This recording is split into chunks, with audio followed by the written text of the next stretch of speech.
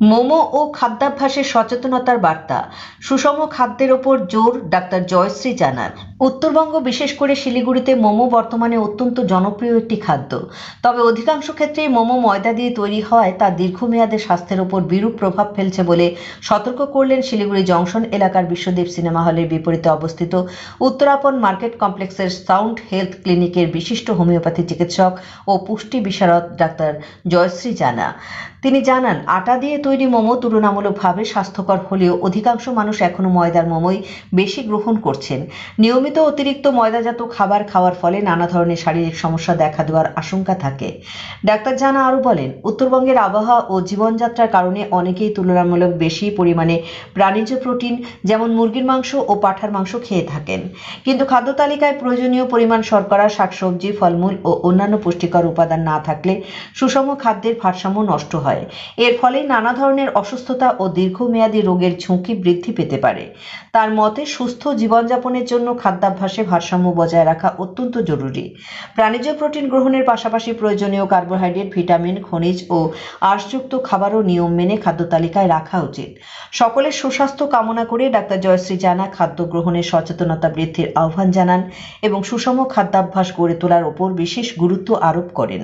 Social মিডিয়ার বিভিন্ন ভাবে সোশ্যাল মিডিয়ার মাধ্যমে যে নানাভাবে যেমনি আমিও সোশ্যাল মিডিয়াতে আছি, আমারও ইউটিউব চ্যানেল আছে নিজস্ব। কিন্তু একটা কথা, আমি আমার চ্যানেলে তো আমি সবসময় এটা মানে পুরো অ্যাডভাইস দেওয়ার পরে শেষে কিন্তু একটা কথা সবসময় আমি বলি যে প্রয়োজনে অবশ্যই এক্সপার্টের সাথে কনসাল্ট করা খুব প্রয়োজন। মানুষ এই যে সোশ্যাল মিডিয়াতে তো মানুষ খুব অ্যাক্টিভ, সবার হাতে একটা করে ফোন আছে এবং সোশ্যাল মিডিয়ার সাথে মোটামুটি 90% মানুষ তো যুক্ত। তো তারা দেখে অনেকে ভালো পথে হাঁটছেন, কিন্তু অনেকে যেটা করছেন যে ব্লাইন্ডলি ফলো করছেন তাদের। এরপরে ব্যাপারটা হচ্ছে কি, যে একজন যখন সোশ্যাল মিডিয়াতে অ্যাডভাইস দিচ্ছে, যেমন আমি নিজেও বললাম যে আমার নিজস্ব ইউটিউব চ্যানেল আছে। ধরুন আমার ডায়াবেটিস এর উপর জাস্ট কমন একটা রোগ নিয়ে আমি কথা বলছি, যে ডায়াবেটিস নিয়ে আমি কিছু অ্যাডভাইস দিলাম। কিন্তু আপনারও ডায়াবেটিস যাতে না হয় এবং আপনার ফিজিক্যাল স্ট্রাকচার, আপনার লাইফস্টাইল অনুযায়ী কিন্তু ডায়েট চার্ট প্রচন্ড ভাবে ভ্যারি করে, ইন্ডিভিজুয়ালি খুব ভ্যারি করে। অতএব আপনার হাইট, আপনার ওয়েট, আপনার লাইফস্টাইল সবকিছুর সঙ্গে ভ্যারি করবে। আপনি কমন অ্যাডভাইস দেখে আপনি একটা নর্মাল একটা গাইডলাইন আপনি ফলো করতে পারেন, কিন্তু যখন দেখবেন যে আপনার একটু অসুবিধা হচ্ছে বা আপনার সাপোজ আপনি একটা ডায়াবেটিসের ভিডিও দেখলেন, সেই কথা মতো চললেন, প্রথম দুদিন হয়তো আপনার ভালো লাগলো, কিন্তু তারপরের দিন আপনার শরীরটা ঠিক লাগছে না, আপনার সুগার লেভেল হয়তো কমছে কিন্তু আপনার শরীর প্রচন্ড দুর্বল হয়ে যাচ্ছে, তাহলে সেক্ষেত্রে ভাবতে হবে যে আপনার ক্যালোরি নিশ্চয়ই মানে ঠিক সেই লেভেলে হচ্ছে না। আপনি যেভাবে খাচ্ছেন সেটা কিন্তু আপনার পুরোপুরি ম্যাচ করছে না। তো সেই জন্য আপনাকে মানে অবশ্যই বলবো যে আপনি দেখুন, ভালো যেটা লাগবে সেটা একটু ফলো করতে পারেন, কিন্তু নিজের শরীরে মিনিমাম কিছু যদি অল্টারেশন আসে, অসুবিধা বোধ হয় ইমিডিয়েট, কিন্তু তখন আপনাকে ডায়েটিশিয়ান কনসাল্ট অবশ্যই করা দরকার। শিলিগুড়ি ও উত্তরবঙ্গের মানুষের খাদ্যাভ্যাসে ভাত, আলু, তেল, মশলাযুক্ত খাবারের প্রাধান্য রয়েছে।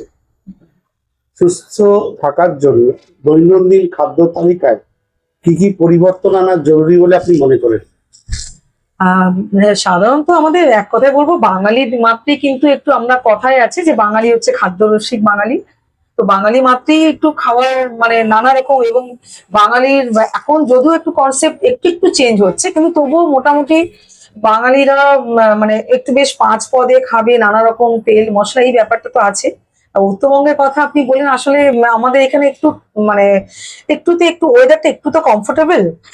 এখন আমাদের দক্ষিণবঙ্গে যতটা গরমে সবাই ঝলসে যাচ্ছে, আমরা কিন্তু সে তুলনায় অনেক ভালো আছি, মাঝে মধ্যে বৃষ্টি হচ্ছে, ওয়েদার ভালো।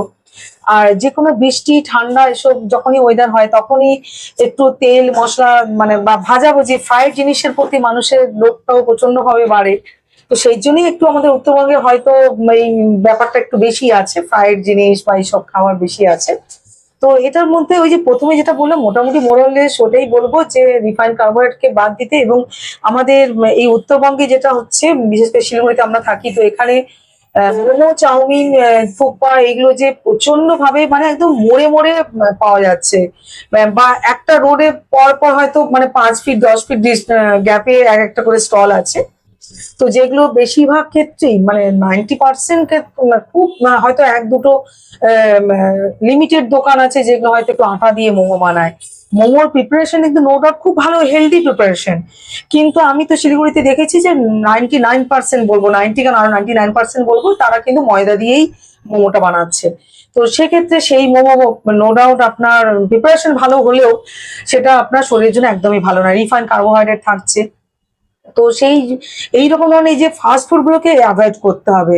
আর শিলিগুড়িতে আমি দেখেছি যে আমাদের মানে যথেষ্ট এই যে ফাস্ট লাইফ, সবাই খুব ব্যস্ত, কর্পোরেট ব্যাপারটা আছে। তো ফাস্ট লাইফ দেখতে গিয়ে মানুষ নর্মাল সুন্দর স্বাভাবিক যে গতানুগতিক ভালো করে বেশি করে সবজি ফলের দিকে ঝোঁকটা কমে যাচ্ছে, কারণ সবজি ফল তাদের প্রিপেয়ার করতে সময় বেশি লাগবে, এরকম একটা মানসিকতা কাজ করে। কিন্তু অ্যাকচুয়ালি একটা নির্দিষ্ট সিস্টেমেটিক্যালি করলে কোনো কিছুরই সময় বেশি লাগে না। যথেষ্ট ব্যস্ত জীবনেও একটু ক্যালকুলেশন করে চললে, একটু মাইন্ড সেট করে চললে নো ডাউট ভালোভাবেই সেটা মেনটেন করা যায়। এইভাবে আপনার মানে ডায়েট প্ল্যানে ভালো করে এগুলো ইনক্লুড করতে হবে। আর একটা যেটা বলবো কি, যে ঠান্ডা ঠান্ডা ওদের জন্য মানুষের অ্যানিমাল প্রোটিনের প্রতি মানে মাংস, চিকেন, মাটন এসবের প্রতিও আমি ক্রেভিংসটা বেশি দেখেছি এখানে। প্রচুর পরিমাণে মানুষ চিকেন মাটন বেশি খাচ্ছে সবজি টবজির থেকে। আমি বলবো যে প্রোটিন খাওয়া তো ভালো, কিন্তু অ্যানিমাল প্রোটিনটা বেশি খাওয়া ভালো নয়, একটু লিমিট করা উচিত। বা একটু যাদের 30-40 এজ হয়ে গেছে বা বয়স হয়ে গেছে তাদেরও একটু লিমিট করা দরকার।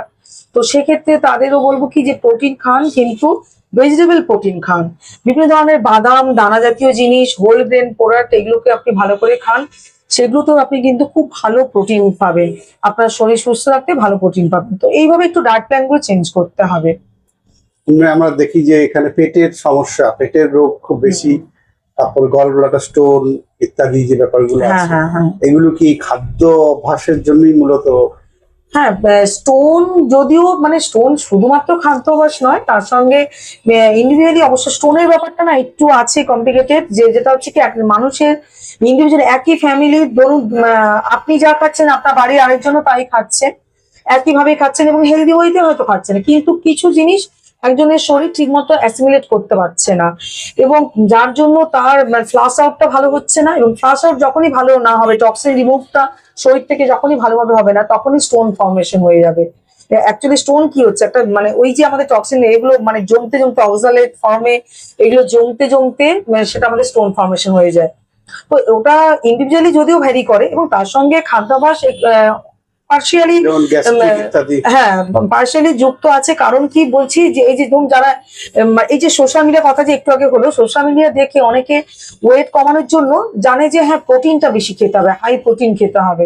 হাই প্রোটিন খেতে গিয়ে তারা বেশি বেশি মাছ, মাংস, ডিম প্রচুর খাচ্ছে, কার্বোহাইড্রেট একদমই কমিয়ে দিচ্ছে, সবজি টবজি একেবারেই কমিয়ে দিচ্ছে। ফলে কি হচ্ছে, তার অ্যানিমাল প্রোটিন এত বেশি যাচ্ছে, তখন তাদের কিন্তু দেখা গেছে যারা ডায়েট মেনটেন করতে গিয়ে তার ফিগার তো ভালো হচ্ছে, ওয়েট মেনটেন হয়ে যাচ্ছে, কিন্তু তাদের স্টোনের সমস্যা কিন্তু দেখা যাচ্ছে, কিডনি সমস্যা দেখা যাচ্ছে, আর এই যে ব্লটিং হচ্ছে, পেট ফাঁপা হচ্ছে, গ্যাস অম্বল হয়ে যাচ্ছে। যখনই মানে ঠিক মতো অ্যাকচুয়ালি আমাদের শরীরে তো সুষম খাদ্য দরকার, ব্যালেন্স ডায়েট দরকার। একজন সুস্থ মানুষের কার্বোহাইড্রেট, ফ্যাট, প্রোটিন, ফাইবার সবকিছুই দরকার, মিনারেল সবকিছু দরকার। শুধুমাত্র প্রোটিন খাবো আমার ওয়েট ম্যানেজমেন্টের জন্য, সেটাও কিন্তু চলবে না। সেই জন্যই মানে এই যে সোশ্যাল মিডিয়ার কুফল, এটা একটা মানে ব্যাড সাইড বলবো, যে সোশ্যাল মিডিয়া দেখে আমাকে প্রোটিন বেশি খেতে হবে, এগুলো মানুষ মানে ইয়ং জেনারেশনে প্রচন্ড ভুল করছে। তো এগুলোকে তো কন্ট্রোল করতেই হবে। কমপ্লেক্স কার্বোহাইড্রেট খেতে হবে, লিমিটেড খেতে হবে, কমপ্লেক্স ফর্মে খেতে হবে। আমি এক মুঠো একটা ছোট্ট বাটিতে 25 গ্রাম 50 গ্রাম চালের ভাত নিলাম, তার সাথে যদি আমার মানে খিদেটা মেটানোর জন্য আমি বেশি করে স্যালাড, সবজি, একটু মাছের ঝোল এবং সবকিছু নিলাম, তখন দেখবেন ওটা তখন ওই কার্বোহাইড্রেট কমপ্লেক্স ফর্ম হলো, এবং সেটা আমাদের শরীরে মানে সব দিক দিয়ে খুব বেশি উপকার হবে।